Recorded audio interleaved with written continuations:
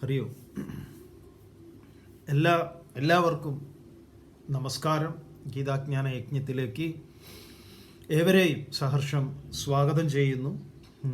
ഒരു ചോദ്യം ഉപചോദ്യം ആയിട്ട് വന്നിട്ടുള്ളത്, ഈ പല വിശ്വാസികളും വ്യത്യസ്ത ദൈവരൂപങ്ങൾ കാണുന്നുവെങ്കിൽ അവരുടെ ദിവ്യ ചക്ഷുസ് വ്യത്യസ്തങ്ങളാണോ? ദിവ്യ ചക്ഷുസ് ഒന്നുകൂടെ വിശദീകരിക്കാമോ?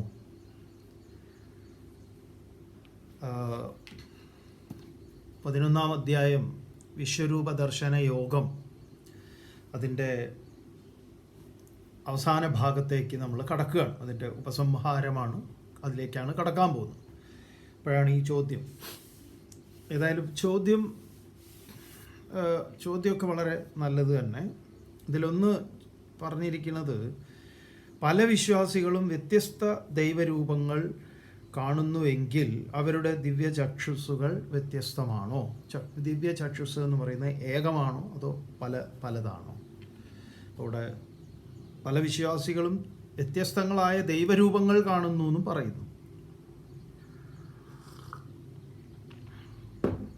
ആദ്യമേ പറയട്ടെ, ദൈവം പലതുണ്ടാവാൻ ഒരു വഴിയില്ല. പലതില്ല. പലതായിരിക്കുന്നതൊക്കെ ദൈവമാണ്. അതാണ് ആദ്യം അറിയേണ്ടത്. പക്ഷേ നമ്മൾ അങ്ങനെ മനസ്സിലാക്കും. ക്രിസ്ത്യാനികളുടെ ദൈവം, മുസ്ലിങ്ങളുടെ ദൈവം, സിഖുകളുടെ ദൈവം, ബുദ്ധന്മാരുടെ ദൈവം, നമ്മുടെ ദൈവം, അവരുടെ ദൈവം, പറയാൻ ഇങ്ങനെയൊക്കെ നമുക്ക് പറയാം, ഒരു കുഴപ്പമൊന്നുമില്ല. പക്ഷേ ഈ ദൈവം എന്ന് പറയുന്നത് എന്തിനെയാണ്? ഈ പ്രപഞ്ചത്തിൻ്റെ പരമമായിട്ടുള്ള കാരണത്തെയാണെങ്കിൽ അതൊന്നാണ്. അത് ഓരോ വിശ്വാസങ്ങളിലും വ്യത്യസ്ത ഭാവങ്ങളിൽ, വ്യത്യസ്ത രൂപങ്ങളിലൊക്കെ, വ്യത്യസ്തമായ തലങ്ങളിലൊക്കെ അത് മനസ്സിലാക്കുന്നു. വിശുദ്ധ ഗ്രന്ഥങ്ങളിൽ അതിനെക്കുറിച്ച് പ്രതിപാദിക്കുന്നത് തികച്ചും വ്യത്യസ്തമായിട്ടുള്ള ആയിരിക്കാം എന്നല്ല, ആണ്. ഇവിടെ ഓരോരുത്തരും ഈ ദിവ്യ ചക്ഷുസ് കൊണ്ട് വ്യത്യസ്തങ്ങളായിട്ടുള്ള ഈശ്വരന്മാരെ കാണുന്നു എന്നാണ് ചോദ്യകർത്താവ് പറഞ്ഞത്. കാണുന്നുവെങ്കിൽ ഈ ദിവ്യ ചക്ഷുസ് വ്യത്യസ്തങ്ങളാണോ? ഇപ്പോൾ ഒരു ഇസ്ലാമികമായ ദിവ്യ ചക്ഷുസ്, ഒരു ക്രൈസ്തവപരമായ ദിവ്യ ചക്ഷുസ്, അതുപോലെ ഹിന്ദു ദിവ്യ ചക്ഷുസ്, ഇനി ഇതൊന്നുമില്ലാത്ത യുക്തിവാദിയുടെ ദിവ്യ ചക്ഷുസ്, അങ്ങനെ ദിവ്യ ചക്ഷുസുകൾ പലതുണ്ടോ? ദിവ്യ ചക്ഷുസ് എന്ന് പറഞ്ഞാൽ എന്താണ്? അതായത് നമ്മളിപ്പോൾ കാണുന്ന കണ്ണ്, ഇപ്പം വിശ്വത്തെ കാണാൻ നമുക്ക് സഹായകമായിട്ട് നമ്മുടെ ശരീരത്തിൽ പ്രധാനമായിട്ടുള്ള നേത്രം, കണ്ണ്. ഈ കണ്ണുകൊണ്ടല്ല ഈ കാഴ്ച കാണുന്നത്. അപ്പോൾ ദിവ്യ ചക്ഷുസ് എന്ന് പറയുമ്പം ഈ കണ്ണിനപ്പുറത്ത് വേറൊരു കണ്ണുണ്ട്. അതിനെ ഓരോ ധർമ്മശാസ്ത്രങ്ങളിൽ ഓരോ ആചാര്യന്മാർ വ്യത്യസ്തമായ ഭാഷയിൽ അതിനെക്കുറിച്ച് പറഞ്ഞിട്ടുണ്ട്. ഇപ്പോൾ ശ്രീനാരായണ ഗുരുദേവൻ്റെ ആത്മോപദേശ ശതകം തുടങ്ങുന്നത് തന്നെ ഈ കണ്ണിനെ അടയ്ക്കണം എന്ന് പറഞ്ഞുകൊണ്ടാണ്. ഏത് കണ്ണിനെ? ഈ ബാഹ്യമായ നേത്രത്തെ. അത് കണ്ണിനെ എന്ന് മാത്രമല്ല, ഗുരുദേവൻ അവിടെ ബഹുവചനം ഉപയോഗിക്കുക, കണ്ണുകളെ എന്നുള്ളതാണ്. ആ കൃതി, അത് ശ്ലോകം തുടങ്ങുന്നത് ഇങ്ങനെയാണല്ലോ: അറിവിലുമേറി അറിഞ്ഞിടുന്നവൻ തന്നുരുവിലുമൊത്തു പുറത്തും ഉജ്ജ്വലിക്കും കരുവിന് കണ്ണുകൾ അഞ്ചുമുള്ളടക്കി തെരുതെര വീണു വണങ്ങിയോതിടേണം. കരണവും ഇന്ദ്രിയവും കളേബരം തൊട്ടറിയും അനേക ജഗത്തുമോർക്കിലെല്ലാം പരവെളി തന്നിലുയർന്ന ഭാനുമാൻ തൻ തിരുവുരുവാണു തിരഞ്ഞു തേറിടേണം. ആദ്യത്തെ 2 ശ്ലോകങ്ങളാണ് ആത്മോപദേശ ശതകത്തിലെ. അപ്പോൾ അവിടെ ഗുരുദേവൻ ഉപയോഗിക്കുന്നത് അറിവിന്, ഈ കരുവിനായിട്ട്, സത്യത്തെ, ഈശ്വര സാക്ഷാത്കാരത്തിനായി, ബോധത്തെ അനുഭവിക്കുന്നതിന് കണ്ണുകൾ 5 ഉള്ളടക്കണം. അപ്പോൾ അവിടെ 5 കണ്ണുകളാണ്. ആ 5 കണ്ണുകൾ ഏതൊക്കെയാണ്? നമ്മുടെ ഒന്ന് പ്രധാനപ്പെട്ട കണ്ണ് തന്നെ, കണ്ണ്, മൂക്ക്, നാക്ക്, ത്വക്ക്, ചെവി. ഈ ജ്ഞാനേന്ദ്രിയങ്ങളെ അടയ്ക്കേണ്ടതുണ്ട്. അപ്പോൾ ഈ ജ്ഞാനേന്ദ്രിയങ്ങളെ ഉൾവലിക്കേണ്ടതുണ്ട് എന്ന് പറയുമ്പോൾ ഗീതയിൽ പറയും ഇന്ദ്രിയഗ്രാമം സംനിയമ്യ. അടുത്ത അധ്യായത്തിൽ പറയാൻ പോകുന്നതാണ്, 12-ാം അധ്യായത്തിൽ എങ്ങനെയാണ് ഇന്ദ്രിയ കൂട്ടങ്ങളെ നിയമനം ചെയ്യേണ്ടത്. അപ്പോൾ ഈ ബാഹ്യമായ ചക്ഷുസ് കൊണ്ടല്ല. അതുകൊണ്ട് ആ ഉപനിഷത്തിൽ പറയുമ്പോൾ ന തത്ര ചക്ഷുർ ഗച്ഛതി ന വാഗ് ഗച്ഛതി നോ മനഃ ന വിദ്മഹ ന വിജാനീമഹ യത് പ്രാണേന ന പ്രാണിതി യേന പ്രാണ പ്രണീയതേ യത് ശ്രോത്രേണ ന ശൃണോതി യേന ശ്രോത്രം ഇദം ശ്രുതം. അപ്പോൾ ഈ കണ്ണിനപ്പുറത്തുള്ള കണ്ണെന്ന് പറയുമ്പോൾ അത് ബുദ്ധിക്കും അപ്പുറത്തുള്ള മേധ കൊണ്ട് ധീ കൊണ്ട് അറിയുന്ന പ്രക്രിയയാണ്. അപ്പോൾ ദിവ്യ ചക്ഷുസ് എന്ന് പറയുമ്പോൾ അതൊരു ആ അനുഭവത്തിലേക്ക്, ഈ കാണുന്നതെല്ലാം തന്നെ ഒന്നാണെന്ന അനുഭവത്തിലേക്ക് ഒരാളെ എത്തിക്കുന്നതാണ്. അത് ഓരോരുത്തരും വ്യത്യസ്തമായ രീതിയിൽ അനുഭവങ്ങൾ, വ്യത്യസ്തമായ സാഹചര്യങ്ങൾ, സന്ദർഭങ്ങൾ ഒക്കെ സംഭവിക്കാം. അപ്പോൾ വ്യത്യസ്തമായതാണോ ദിവ്യ ചക്ഷുസ് എന്ന് ചോദിച്ചാൽ ഓരോരുത്തരും കഴിഞ്ഞ ദിവസങ്ങളിലൊക്കെ പറഞ്ഞിട്ടുള്ളതാണ്. ഒന്നുകൂടെ ആ ആശയം വ്യക്തമാക്കുന്നത്, നമ്മൾ നേരത്തെ ഗുരുവിൻ്റെ സന്ദർഭത്തെക്കുറിച്ച് പറഞ്ഞപ്പോൾ പറഞ്ഞില്ലേ, ഗുരു എന്ന് പറയുന്നത് അതൊരു സാന്നിധ്യമാണ് ഉപനിഷത്തിനെ കുറിച്ച് പറയുമ്പോൾ. അതുപോലെ ഒരു സാന്നിധ്യത്തിൽ, ഒരു സന്ദർഭത്തിൽ, ഒരു ഘട്ടത്തിൽ ഈ പറഞ്ഞ ഈ അനുഭവം എല്ലാം ഒന്നാണ് എന്ന അനുഭവത്തിലേക്ക് ഒരാൾ എത്തിച്ചേരുന്ന സന്ദർഭവും സാഹചര്യവും, അതിന് അദ്ദേഹത്തെ എന്താ പറയുക, ആൾക്ക് ആരോ അവരെ അതിലേക്ക് നയിക്കുന്നതിൻ്റെ ഘടകങ്ങളൊക്കെ വ്യത്യസ്തങ്ങളാണ്.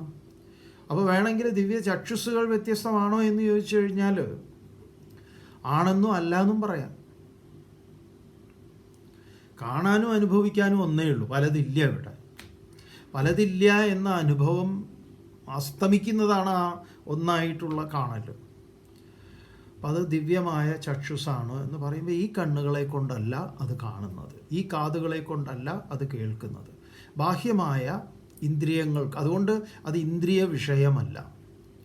മറ്റതിലെല്ലാം ഈ ത്രിപുടി എന്ന് പറയുന്ന കാണുന്നവൻ, കാണപ്പെടാനൊന്ന്, കാണുക എന്ന പ്രക്രിയ, ഇത് കേൾവിയുടെ കാര്യത്തിലും എല്ലാറ്റിലും ഉണ്ട്. പഞ്ചേന്ദ്രിയങ്ങൾ അനുഭവിക്കുന്നിടത്ത് ഈ ത്രിപുടിയുണ്ട്, മൂന്നുണ്ട്. അനുഭവിക്കാൻ ഒരാൾ, അനുഭവിക്കാൻ ഒരു വിഷയം, അനുഭവിക്കുക എന്ന പ്രക്രിയ. ദൃക്ക്, ദൃശ്യം, വിവേകം എന്നതിനെ മറ്റൊരു ഭാഷയിൽ പറയും. അപ്പോൾ ഇവിടെ അങ്ങനെയാണോ എന്ന് ചോദിച്ചാൽ അതങ്ങനെയല്ല. അപ്പോൾ ദിവ്യം ദദാമി തേ ചക്ഷുഹു എന്ന് ഭഗവാൻ ഇവിടെ പറയുമ്പം ജ്ഞാനം തന്നെയാണ്. ജ്ഞാനം കൊണ്ടാണ് നീ ഇതിനെ അറിയേണ്ടത്. ഈ ദിവ്യമായ ചക്ഷുസ് കൊണ്ടാണ് സയൻസിലെ കണ്ടെത്തലുകളൊക്കെ തന്നെ. അവരൊരു ഘട്ടം കടക്കുമ്പോൾ അങ്ങനെയാണ് അതിലെ അനുമാനങ്ങളിൽ എത്തുന്നത്. നമ്മൾ പറയുന്ന സയൻസ് കാണുന്ന സൂക്ഷ്മദർശിനിയോ മൈക്രോസ്കോപ്പോ അങ്ങനെയുള്ളതല്ല, അത് വേറെ. അത് നമുക്ക് ഒരു പദാർത്ഥത്തെ ഏറ്റവും സൂക്ഷ്മമായിട്ടുള്ള തലങ്ങളെയൊക്കെ നമുക്കതിനെ കാണാം. അതിനപ്പുറത്തേക്കൊരു കാണലുണ്ട്. ആ കാണലിൽ ഈ നേത്രങ്ങൾ അശക്തമാണ്. അതിനെയാണ് ഇവിടെ ഭഗവാൻ പറയുന്നത്. ആ കാണലിനെ വിശദീകരിക്കുന്നുണ്ടല്ലോ. അപ്പോൾ അതിൽ നിന്നാണ് നമ്മൾ എന്താണ് അർജുനൻ കണ്ടത്, എന്താണ് വിശ്വരൂപം എന്ന് പറയുന്നത്. അപ്പോൾ ആ വിശ്വരൂപത്തിൽ ഭയാനകമായിട്ടുള്ള, ഒരാളെ ഭയപ്പെടുത്തുന്നതായിട്ടുള്ളതുണ്ട്, അതേസമയം മംഗളകരമായിട്ടുള്ളതുണ്ട്. ഈ പ്രപഞ്ചത്തിൻ്റെ പൂർണ്ണമായ ഒരു തലമാണ് അർജുനൻ കാണുന്നത്. ഏതെങ്കിലും ഭാഗികമായ ഒരു കാഴ്ചയല്ല, നല്ലത് മാത്രം കണ്ടാൽ മതി എന്നുള്ളതല്ല. നമ്മളങ്ങനെയാണ്. നമുക്ക് ഈ വിശ്വരൂപ ദർശനം ഇല്ലാത്തിടത്തോളം കാലം നമ്മൾ പലപ്പോഴും മറ്റുള്ളവരെ കാണിക്കാൻ ശ്രമിക്കുന്നതും ഇങ്ങനെയാണ്. അതുകൊണ്ടാണ് എന്താ പറയുക, ചില അതിഥികളൊക്കെ വീട്ടിലേക്ക് വരുമ്പോൾ മോശപ്പെട്ട സംഗതികളൊക്കെ നമ്മൾ മറയ്ക്കാൻ ശ്രമിക്കുന്നത് അങ്ങനെയാണ്. അതാരും കാണണ്ട എന്ന് പറയും. നമ്മുടെ വീട്ടിൽ ആണെങ്കിലും നമ്മൾ അതിനെയൊക്കെ ഒരു മറയിടും. അപ്പോൾ എന്താ, ഇതൊന്നും മറയൊന്നുമില്ലാതെ ഇതാണ് എൻ്റെ വീട്, ഇതാണ് ഞാൻ, ഇതാണ് ഞങ്ങൾ അന്ന് കാണിക്കുന്നത്. അതിലൊരു എന്താ പറയുക, ചിലതൊക്കെ നമുക്കങ്ങനെ ഇപ്പോൾ ഒരാൾ വീട്ടിലേക്ക് വരുന്നു എന്ന് പറയുമ്പോൾ നമ്മൾ വീടൊക്കെ ഒന്ന് വൃത്തിയാക്കി ഇതൊക്കെ ഒന്ന് അലവലായ സാധനങ്ങളൊക്കെ ഒന്ന് അവിടുന്ന് എടുത്ത് മാറ്റുക, കാണുമ്പോൾ തന്നെ എന്തോ പോലെയുണ്ട്. എന്താ കാഴ്ചയ്ക്ക് നല്ല ഒരു ഇതായിക്കോട്ടെ. അങ്ങനെയൊക്കെ കണ്ട് കേട്ട് അതിലൊക്കെയാണ് നമ്മളിങ്ങനെ അതിലാണ് നമ്മൾ മുന്നോട്ട് പോയിക്കൊണ്ടിരിക്കുന്നത്. അങ്ങനെ ഒരു വ്യാവഹാരിക ലോകത്തിലാണ്. അപ്പോൾ ഈ ഭഗവാൻ എന്ന് പറയുമ്പോൾ, അല്ലെങ്കിൽ വിശ്വരൂപം എന്ന് പറയുമ്പോൾ നമ്മൾ കരുതുന്നത് ഈ പറഞ്ഞതുപോലെ അത് നമ്മളിൽ ഉണ്ടാക്കിയ ഒരു ഇമേജ് ഉണ്ട്. അതെന്താണ്? ഈ വിശ്വരൂപം എന്ന് പറയുന്ന ഒരു ചിത്രമുണ്ട്. ഒരുപാട് തലകളും അഗ്നി തുപ്പുന്ന വായ്ക്കകത്തൂടെ അഗ്നി തുപ്പുന്നതും ഒരുപാട് ഭീകരവുമായിട്ടുള്ള പല പല കാഴ്ചകളുണ്ട്. അപ്പോൾ ഇങ്ങനെ ഒരു രൂപം ഒരു സ്ഥലത്ത് കണ്ടു ഒരാളെന്നുള്ളതാണ്. അങ്ങനെയല്ല. ഇത് അർജുനന് മാത്രം സാധിക്കുന്നതാണോ എന്ന് ചോദിച്ചാൽ അങ്ങനെയല്ല, നമുക്കെല്ലാവർക്കും. അപ്പം നമ്മൾ നമ്മുടെ ചുറ്റുപാടിനെ കാണുന്നു. അതിപ്പോൾ നമ്മൾ ലോകം മുഴുവൻ കറങ്ങിയിട്ട് കാണണം എന്ന് ഉണ്ടെങ്കിൽ എത്ര നമുക്ക് കറങ്ങാൻ പറ്റുമോ അത്ര കറങ്ങാം, അത് വേറെ കാര്യം. എവിടെയൊക്കെയാണെങ്കിലും നമ്മൾ കാഴ്ചകൾ നമ്മൾ കാണുന്നു. എന്തൊക്കെ കാഴ്ചകൾ കാണുന്നു? നമ്മൾ കാണുന്നത് ജീവിതങ്ങളാണ്. അത് കേവലം മനുഷ്യൻ്റെ ജീവിതം മാത്രമാണോ? മനുഷ്യൻ്റെ ജീവിതം തന്നെ ഉണ്ട് കാണാൻ, എണ്ണിയാൽ ഒടുങ്ങാത്ത അത്രയുമുണ്ട്. നമ്മുടെ ചുറ്റുവട്ടത്തൊക്കെ തന്നെ ഉണ്ട് ഓരോരുത്തരും ജീവിക്കുന്ന. അതിപ്പോൾ അവരുടെ അടുത്ത് പോയിട്ട് നമ്മളൊരു സെൻസസ് എടുക്കുന്നത് പോലെ പുസ്തകമായിട്ട് എന്താണ് നിങ്ങൾ രാവിലെ എന്താ കഴിക്കാറ് എല്ലാ ദിവസവും, അങ്ങനെയുള്ള ഒരു സെൻസസ് എടുപ്പല്ല. വേറിട്ട് നിന്ന് നമ്മൾ കാണേണ്ടതുണ്ട്. അവർ പോലും അറിയാതെ നമ്മൾ നിരീക്ഷിക്കുമ്പോൾ നമുക്ക് പലതും മനസ്സിലാവും. അപ്പോൾ നമ്മൾ വസിക്കുന്ന നമ്മുടെ ചുറ്റുവട്ടം, നമ്മുടെ നാട്, അയൽനാട്, നമ്മുടെ രാജ്യം, പലതും നിങ്ങൾ കണ്ടു കഴിഞ്ഞാൽ വലിയ ഇതാണ് പലതും. ഈ മഹാരാഷ്ട്രയിലൊക്കെ ബോംബെയിൽ ഒരു പ്രധാന ഭക്ഷണമാണ് ചപ്പാത്തി, റൊട്ടി.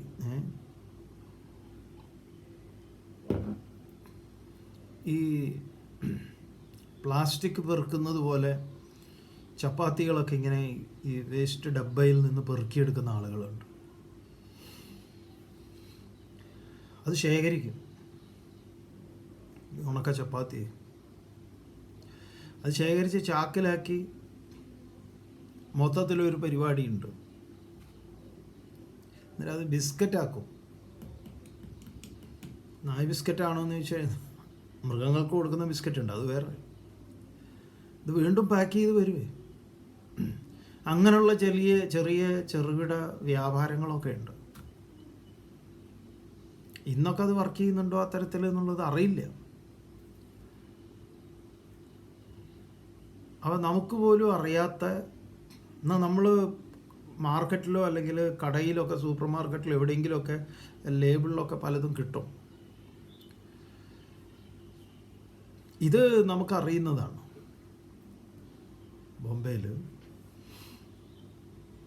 ബോംബെയിലൊക്കെ ജീവിക്കുന്നവർക്ക് അതിൻ്റെ ഉള്ളിലേക്കൊക്കെ ഇങ്ങനത്തെ ഓരോരോ കാര്യങ്ങൾ അന്വേഷിച്ച് പോയി കഴിഞ്ഞാൽ നിങ്ങൾക്ക് മനസ്സിലാവും.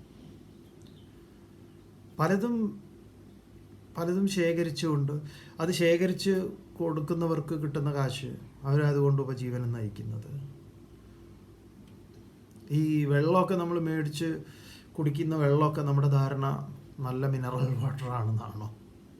അല്ല, ടേബിളിൽ നിന്നൊക്കെ എടുത്ത് കുപ്പിയിലാക്കി നല്ല ഉഷാറായിട്ട് തരുന്നതുണ്ട്. പലതുമുണ്ട്. പല കാര്യങ്ങളിലും നമ്മൾ ഓരോ കാര്യങ്ങൾ അറിയാൻ ശ്രമിക്കുമ്പം നമുക്ക് കൂടുതൽ വെളിപ്പെട്ട് കിട്ടും.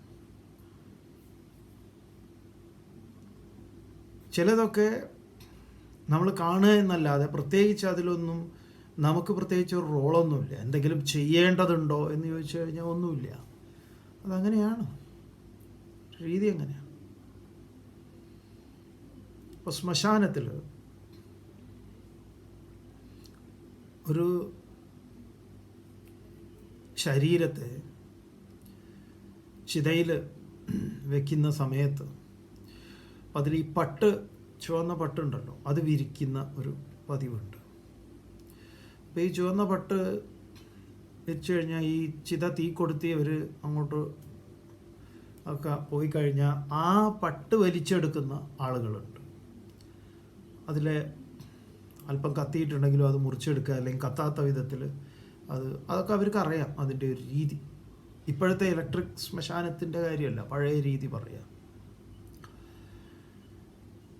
ഇനി ചിലരൊക്കെ ചില ചെറിയ മോതിരം അത് ഇത് അങ്ങനെ എന്തെങ്കിലുമൊക്കെ അവരിട്ടിട്ടുണ്ടെങ്കിൽ അത് എടുക്കാത്തവരുണ്ട്. അത് ഇവർക്കറിയാം. അതിൽ നിന്ന് എന്തെങ്കിലും കിട്ടുന്നവർ. അങ്ങനെ ഓരോ മേഖലയിലേക്ക് നമ്മൾ പോയി കഴിഞ്ഞാൽ ഓരോന്നിൽ നിന്ന് ഉപജീവനങ്ങളും അതുകൊണ്ട് ജീവിക്കുന്നവരും. അപ്പം നമുക്ക് അങ്ങേയറ്റം അപരിചിതവും അതൊന്നും നമ്മളെ സംബന്ധിച്ച് ചിന്തിക്കാൻ പറ്റുന്നതും ഒന്നുമല്ല. അതിനൊക്കെ അപ്പുറത്താണ്. അപ്പം ഈ വിശ്വത്തെ പൂർണ്ണമായി കാണുക എന്നത് തന്നെയാണ് വിശ്വരൂപ ദർശനം എന്ന് പറയുന്നത്. നമ്മളിൽ വലിയൊരു ശതമാനം പേരും വളരെ ഭാഗികമായിട്ടാണ് നമ്മൾ കാണുന്നത്, നമ്മൾ കാണാൻ ആഗ്രഹിക്കുന്നത്. അത് പണ്ട് മുതലേ അങ്ങനെയാണ്, ഇപ്പോഴും അതെ.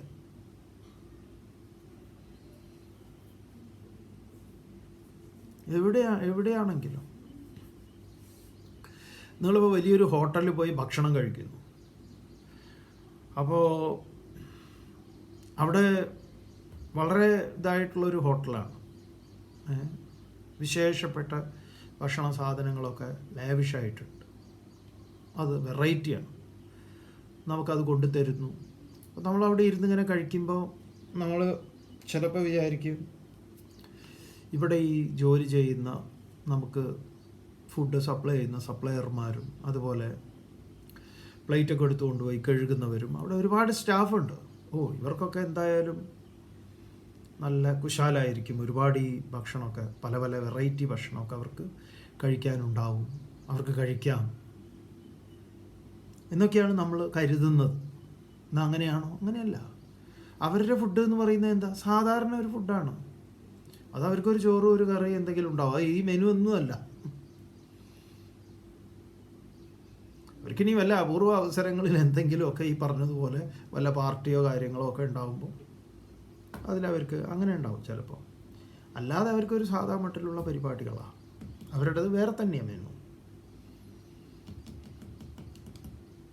അപ്പോൾ പലതും നമ്മൾ അറിയുന്നില്ല. ഇപ്പോൾ നമ്മൾ പറയുന്നുണ്ടല്ലോ, ചില ദീർഘദൂര ബസ് യാത്ര ചെയ്യുന്ന ആളുകൾ, ഈവൻ നമ്മുടെ കൂടെ കഴിഞ്ഞ 4-5 ദിവസമായിട്ട് വണ്ടി ഓടിച്ച് വരുന്ന ഡ്രൈവർ, ഒരു വാടകയ്ക്ക് എടുത്തൊരു വണ്ടിയാണ്. അയാൾ ഇങ്ങനെ പല സ്ഥലങ്ങളിലായിട്ട് പോകുന്നുണ്ട്. ഇയാൾ എവിടെയാണ് കിടന്നുറങ്ങുന്നത് നമുക്കറിയോ? ഇയാൾ ചിലപ്പോൾ വണ്ടിയിലാണ് കിടന്നുറങ്ങുന്നത്.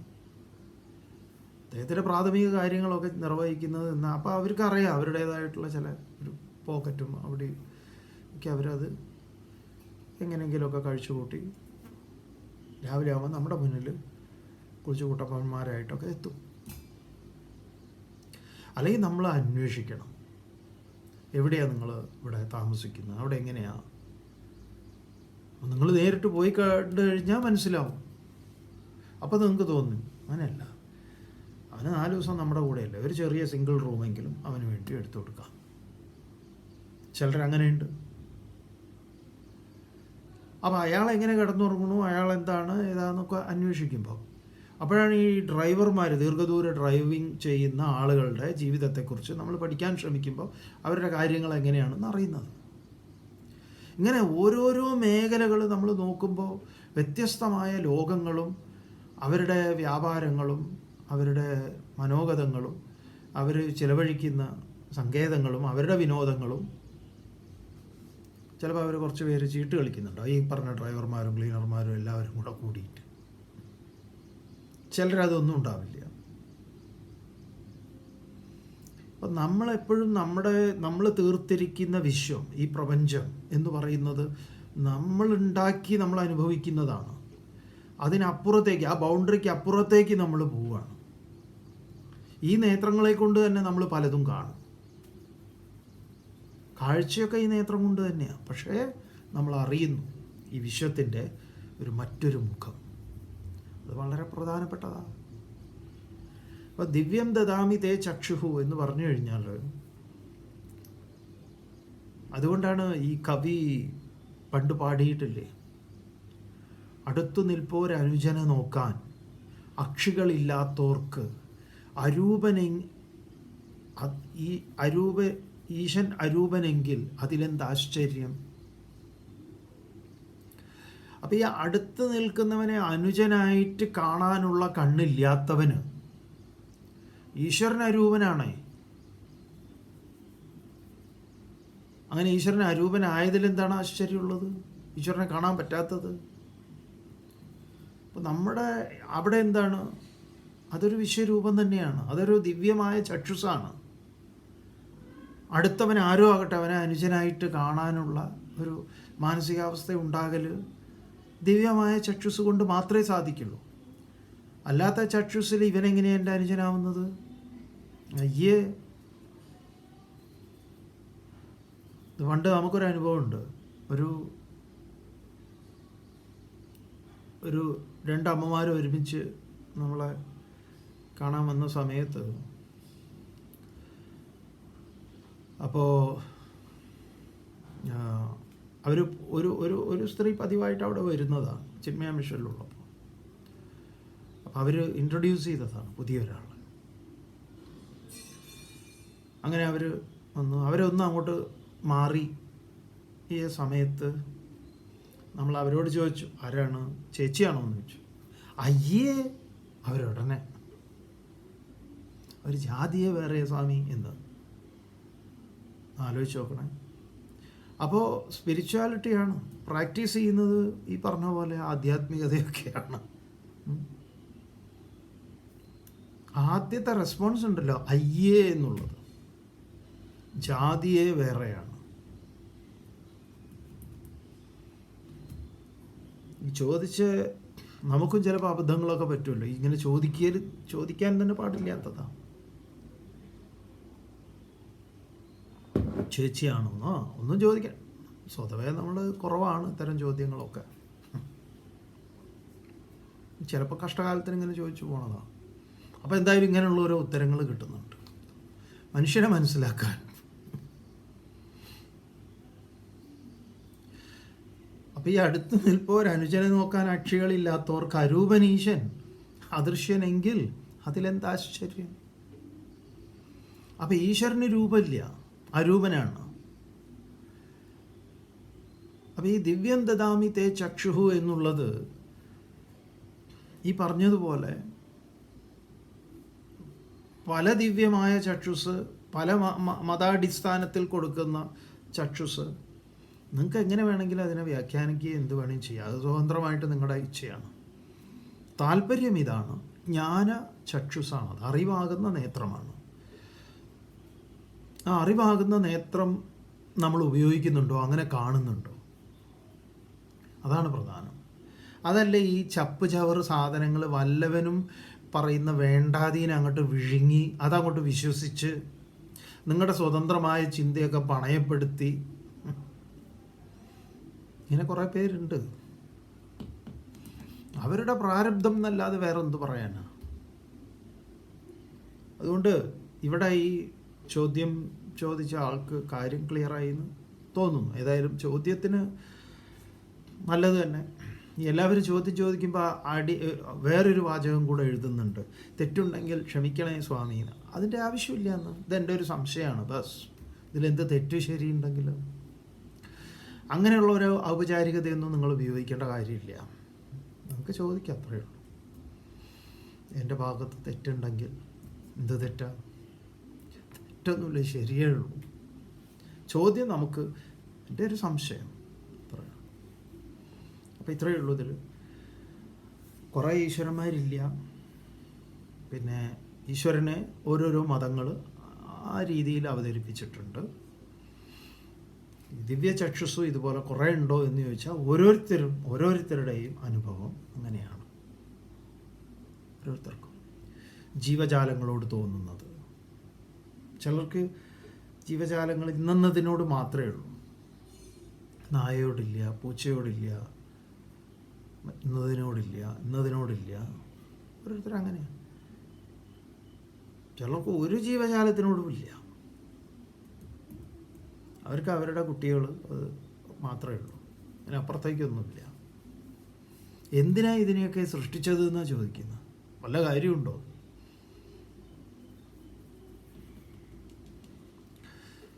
എന്തായാലും 11-ാം അധ്യായം വിശ്വരൂപ ദർശനത്തിൽ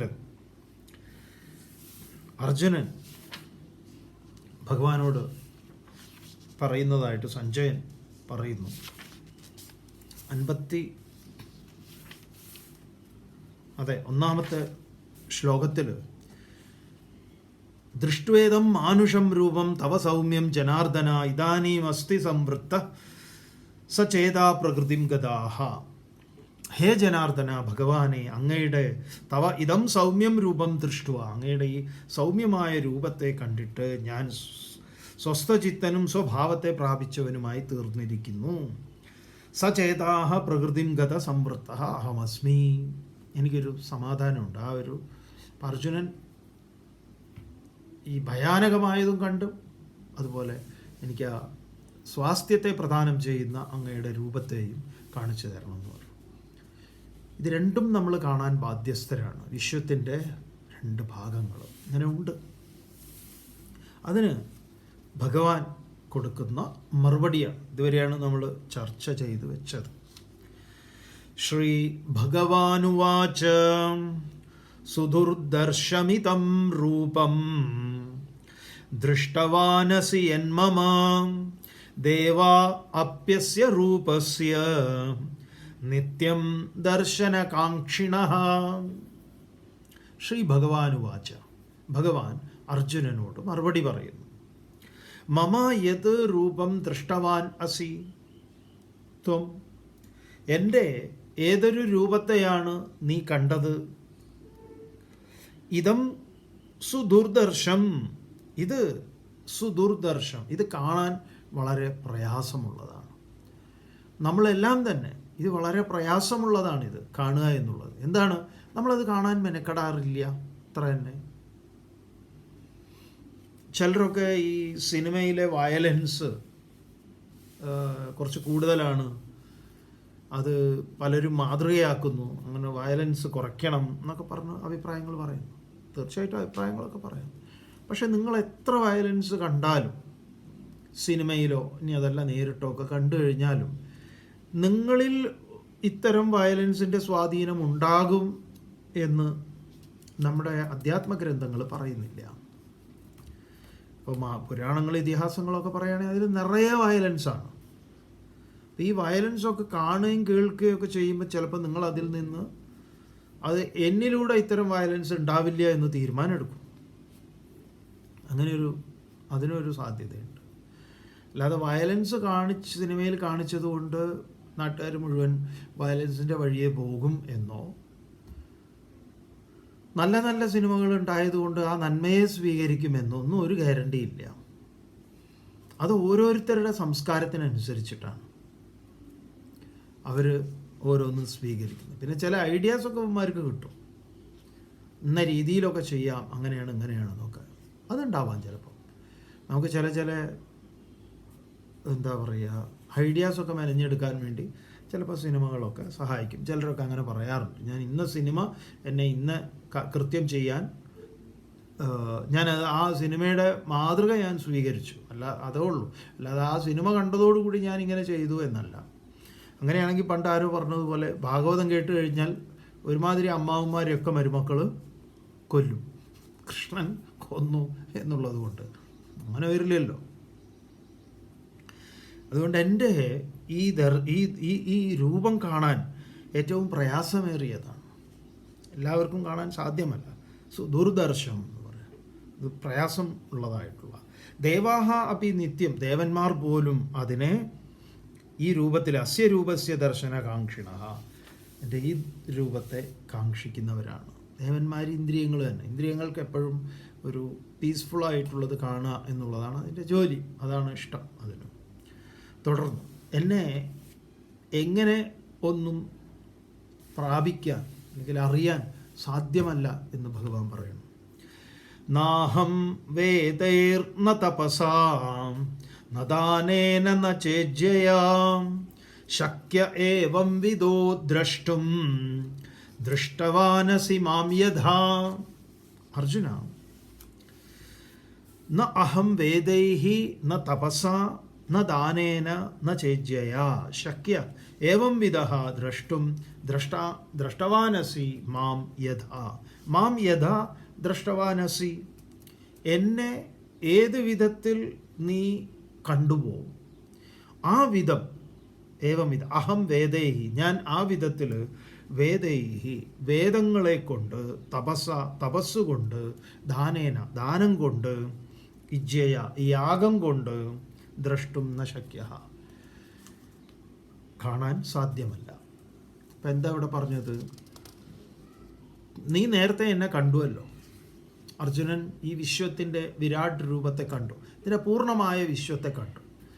അങ്ങനെ ഒരു വിശ്വത്തെ കാണിക്കുന്നത്, കാരണം എല്ലാം ഒരിടത്താണ് കണ്ടത്. എല്ലാ വൈവിധ്യങ്ങളെയും അർജുനൻ കണ്ടു. അങ്ങനെയുള്ള എല്ലാ വൈവിധ്യങ്ങളെയും ഒരിടത്ത് കാണുകയും അത് ഞാനാണെന്ന് തിരിച്ചറിയുകയും, അതിൽ നിന്നാണ് അർജുനൻ ക്ഷമാപണമൊക്കെ നടത്തിയത്. എന്നോട് ക്ഷമിക്കണം, ഞാൻ അങ്ങനെ ഇങ്ങനെയൊക്കെ പറഞ്ഞിരുന്നു എന്നൊക്കെ. അത് അത്തരത്തിലൊരു കാഴ്ചയെ നിൻ്റെ മുന്നിലേക്ക് പ്രദാനം ചെയ്യുന്നതിന് ഈ പറഞ്ഞ വേദം കൊണ്ടോ തപസ്സുകൊണ്ടോ യാഗം കൊണ്ടോ ഒന്നും കാണാൻ സാധിക്കുന്നതല്ല എന്ന് പറഞ്ഞു കഴിഞ്ഞാൽ, അതൊക്കെ വേദം പാരായണം ചെയ്തതുകൊണ്ടോ യാഗം ചെയ്തതുകൊണ്ടോ, ഇപ്പോഴൊക്കെ പരസ്യങ്ങളാണ്, വേദം പഠിച്ചാൽ ഇന്നത് കിട്ടുന്നൊക്കെ. എന്താണ് നമ്മളങ്ങനെ എന്തെങ്കിലും ഒന്ന് പഠിച്ചതുകൊണ്ടോ ചൊല്ലിയതുകൊണ്ടോ യാഗം നടത്തിയതുകൊണ്ടോ കിട്ടും എന്നാണോ ഭഗവാൻ ഇവിടെ പറയുന്നത്? കിട്ടില്ല എന്നാണ്. അതായത് ഇതൊരു അവനവനിൽ സംഭവിക്കുന്ന ഒന്നാണ്. അത് ബാഹ്യമായ ഇതൊക്കെ ചൊല്ലിയത് കൊണ്ടും ഇങ്ങനെ ഇഷ്ടിക നിരത്തിയത് കൊണ്ടും ഒന്നും നടക്കില്ല അർജുന. ന ശക്യ, സാധ്യമല്ല. അതുകൊണ്ട് എന്താണ് ഭഗവാൻ അടുത്ത അധ്യായത്തിലേക്കുള്ള ഇൻട്രോ തുടങ്ങുകയാണ്. ഭക്ത്യാ ത്വനന്യയാ ശക്യഃ അഹമേവം വിദോർജുന ജ്ഞാതും ദ്രഷ്ടും ച തത്വേന പ്രവേഷ്ടും ച പരന്തപ. അർജുന, ഭക്ത്യാ തു അനന്യയാ ശക്യഃ അഹമേവം ഏവം വിധഃ. ഹേ അർജുന, ജ്ഞാതും ദ്രഷ്ടും ച തത്വേന പ്രവേഷ്ടും ച പരന്തപ. ഭഗവാൻ ഇവിടെ അതിമനോഹരമായിട്ട് പറയുക, അറിയാന്നുള്ളത് മാത്രമല്ല. ഹേ അർജുന, ഏവം വിധഃ, ഇപ്രകാരമുള്ള അഹം ഞാൻ, തത്വേന താത്വികമായി, ആ പാരമാർത്ഥികമായി, ജ്ഞാതും അറിയാനും, ദ്രഷ്ടും കാണാനും, അറിയുക കാണുക, പ്രവേഷ്ടും അതിലേക്ക് പ്രവേശിക്കുക അനുഭവിക്കുക. ഇതിന് അനന്യയാ ഭക്ത്യാത്തു ശക്യഃ, അനന്യമായ ഭക്തി. സ്വാഭാവികമായിട്ടും അനന്യമായ ഭക്തി എന്താണ്, എങ്ങനെയാണ് എന്നൊക്കെയുള്ള ചോദ്യം ഉണ്ടാവും തീർച്ചയായിട്ടും. അതാണ് അതിൻ്റെ വിശദീകരണമാണ് വരാൻ പോകുന്ന അധ്യായം. 12-ാം അധ്യായം ഭക്തിയോഗമാണ്. അതിലേക്കാണ് ഭഗവാൻ നമ്മളെ കൊണ്ടുപോകുന്നത്. അപ്പോൾ ആ ഭക്തി കൊണ്ട് മാത്രമേ എന്നെ അറിയാനും കാണാനും പ്രവേശിക്കാനും അതിനെ അനുഭവിക്കാനും സാധിക്കൂ. ശക്യ, സാധിക്കൂ. തുടർന്ന് ഭഗവാൻ പറയാണ്, ഈ അധ്യായത്തിൻ്റെ ഉപസംഹാര ശ്ലോകമാണ് 11-ൻ്റെ. മത്കർമ്മകൃത് മത്പരമഃ മദ്ഭക്തസംഗവർജിതഃ നിർവൈരഃ സർവഭൂതേഷു യസമാമേതി പാണ്ഡവ. ഹേ പാണ്ഡവ, മത്കർമ്മകൃത്, എനിക്ക് വേണ്ടി കർമ്മം ചെയ്യുന്നവനാവുക. ശ്രദ്ധിച്ചല്ല മനസ്സിലാക്കുന്നതെങ്കിൽ കൺഫ്യൂഷനാണ്. എനിക്ക് വേണ്ടി കർമ്മം ചെയ്യുന്നവനാവുക എന്ന് പറയുമ്പോൾ നമ്മൾ വേറൊരാളെ ഒരു ദേശത്ത് ഒരു കാലത്ത് ഒരു ഏതെങ്കിലും അമ്പലനടയിലേക്ക് വേണ്ടിയിട്ട് കർമ്മം ചെയ്യുക എന്നുള്ളതല്ല. കർമ്മത്തിൽ നീ പൂർണ്ണമായി വ്യാപരിക്കുക. ഞാനില്ലാത്ത ഇടമില്ലേ. അപ്പോൾ ഈ കർമ്മത്തിൽ എനിക്ക് വേണ്ടി കർമ്മം ചെയ്യുക എന്ന് പറഞ്ഞാൽ എന്താ? സന്തോഷത്തോടെ, ഉത്സാഹത്തോടെ, താല്പര്യത്തോടെ. ഇത് മൂന്നും ഉണ്ടെങ്കിൽ കർമ്മം ഈശ്വരാർപ്പണമായി. അവിടെയാണ് എന്താണ്? കർത്തുരാജ്ഞയാ പ്രാപ്യതേ ഫലം കർമ്മ കിം പരം തജ്ജഡം. അപ്പം നമ്മുടെ ഞാനെന്നും എൻ്റേതെന്നും അതിൻ്റെ ഇത്യാദി കാര്യങ്ങളെയൊക്കെ മാറ്റി നിർത്തിക്കൊണ്ട് കർമ്മത്തിൽ വ്യാപൃതനാകും. അങ്ങനെ മത് കർമ്മകൃത് എനിക്ക് വേണ്ടി കർമ്മം ചെയ്യുന്നവനാണെങ്കിൽ മത് പരമഹ എന്നെയാണ് പരമമായ ആശ്രയമായിട്ട് കരുതുന്നത്. മത് ഭക്ത അങ്ങനെയുള്ള എൻ്റെ ഭക്തൻ, എന്നെ ഭജിക്കുന്നവൻ, സംഘവർജിത സകല സംഘങ്ങളിൽ നിന്നും വർജിതനായിട്ടുള്ള, സർവഭൂതേഷു പ്രപഞ്ചത്തിലെ എല്ലാ ഘടകങ്ങളോടും നിർവൈരഹ യാതൊരു വിദ്വേഷവും വൈരവും വെച്ച് പുലർത്താത്ത, ജാതി തിരിച്ച് മതം തിരിച്ച് എന്തൊക്കെയാണ് അറിയോ നമ്മുടെ നാട്ടിൽ ഓരോരുത്തന്മാരും ഓരോന്ന്. രാവിലെ എണീറ്റാൽ ഇവരുടെ ആലോചന ഇതാണ്, എങ്ങനെ ആളുകളെ തമ്മിൽ തല്ലിക്കാം, എന്നിട്ട് അതിൽ നിന്ന് എന്തെങ്കിലും മുതലെടുപ്പ് നേടാം. ആണ് ഏറ്റവും വലിയ കോമഡി എന്ന് പറയാം. രാവിലെ ഇവർ എണീക്കുന്നത് ഇതിനു വേണ്ടിയിട്ടാണ്. ഈ ഭർതൃഹരി ഉണ്ട്, വായിലെ നാവിനെ കുറിച്ച് പറയുന്നത് എന്താന്ന് പറഞ്ഞു കഴിഞ്ഞാൽ ഒരു പൊത്തിൻ്റെ ഉള്ളിലെ പാമ്പിനോടാണ് സദൃശപ്പെടുത്തിയിരിക്കുന്നത്. എപ്പോഴാണ് ഇവൻ പുറത്തേക്ക് ഇറങ്ങി ചീറ്റുന്നതെന്ന് അറിയില്ല. നാവിനെ കുറിച്ച് പറയുന്നതാണ് വിഷപ്പാമ്പിന് തുല്യമായിട്ടുള്ളത് ചിലരുടേത്. അവർ രാവിലെ ഇറങ്ങുന്നത് തന്നെ ഇതിനായിട്ടാണ്. അവർ പറയും, മാധ്യമങ്ങളോട് പറയും, വരും എനിക്ക് രാവിലെ 4 വർത്തമാനം പറയാനുണ്ട്, വന്നോളാൻ പറയും. എന്നിട്ട് ബബ്ബ എന്ന് പറയും. ഈ പൊത്തിൻ്റെ ഉള്ളിലുള്ള പാമ്പ് വന്നിട്ട് ചീറ്റും. അത് ഏറ്റെടുക്കാൻ കുറേ വിവരദോഷികളും. അപ്പം നിർവഹിരഹ സർവഭൂതേഷു എല്ലാറ്റിനോടും, മനുഷ്യരോട് മാത്രമല്ല എല്ലാറ്റിനോടും വൈരബുദ്ധി ദ്വേഷബുദ്ധി ഉപേക്ഷിച്ചവനായിട്ട്, യാതൊരുവൻ സഹ അവൻ മാം ഏതി അവൻ എന്നെ പ്രാപിക്കുന്നു. ഇങ്ങനെ 11ാമത്തെ അധ്യായം ഇവിടെ ഉപസംഹരിക്കപ്പെടുന്നു. 1-ാം അധ്യായമായിട്ടുള്ള അർജുന വിഷാദയോഗം, 2-ാം അധ്യായമായിട്ടുള്ള സാംഖ്യയോഗം, 3-ാം അധ്യായമായിട്ടുള്ള കർമ്മയോഗം, 4-ാം അധ്യായമായിട്ടുള്ള ജ്ഞാനകർമ്മ സന്യാസയോഗം, 5-ാം അധ്യായ കർമ്മസന്യാസം, 6-ാം അധ്യായം ധ്യാനയോഗം, 7-ാം അധ്യായത്തിലെ ജ്ഞാനവിജ്ഞാനം, 8-ാം അധ്യായം അക്ഷരബ്രഹ്മയോഗം, 9-ാം അധ്യായം രാജവിദ്യ രാജഗുഹ്യയോഗം, 10-ാം അധ്യായം വിഭൂതിയോഗം, 11-ാം അധ്യായം വിശ്വരൂപ ദർശനയോഗം സമാപ്തം. ഇനി നമ്മുടെ മുന്നിലേക്ക് ഇനിയുള്ളത്, ഇപ്പോൾ ഇവിടെ നമ്മൾ തത്വമസി മഹാവാക്യത്തിൻ്റെ തത്പദത്തെ, ത്വംപദത്തെ ആദ്യത്തെ 6 അധ്യായങ്ങളിലൂടെ നിരൂപണം ചെയ്തു. നീ ആരാണ് എന്ന്.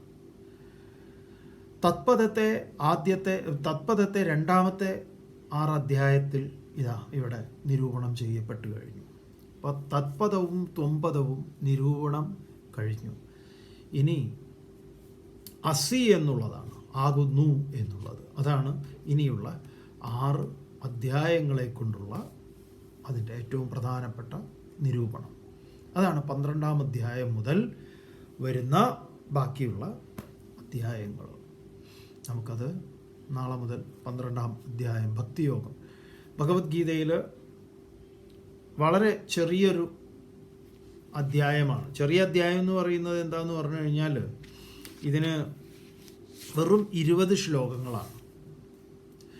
20 ശ്ലോകങ്ങൾ മാത്രമുള്ള ഒരു ചെറിയ അധ്യായമാണ്.